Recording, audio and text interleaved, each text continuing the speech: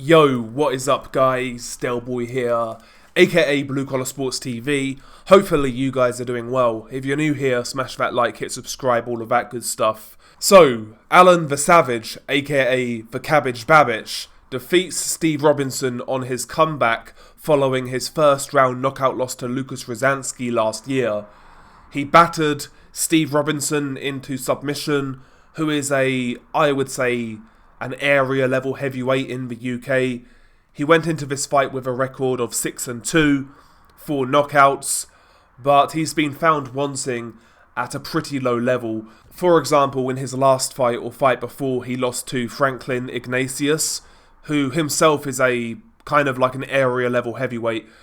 Steve Robinson is very low level.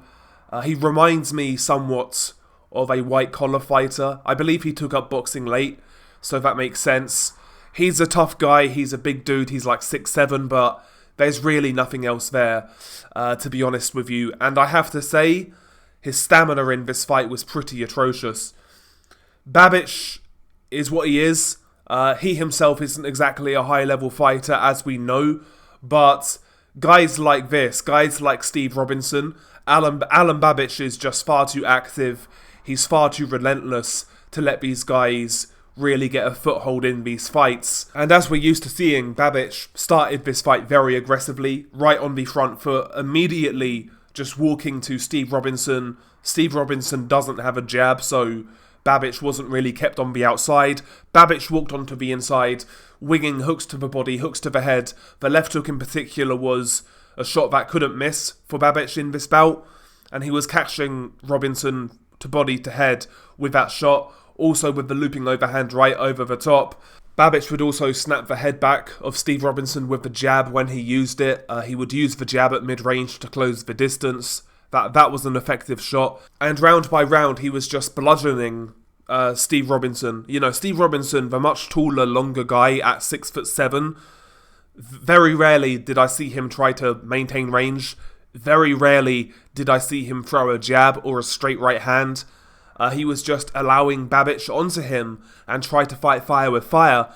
And honestly, after like the first round, it looked like Steve Robinson was completely spent physically. Not sure what he was doing in regards to strength and conditioning, but the guy, I'm not exaggerating, he barely had a round in him.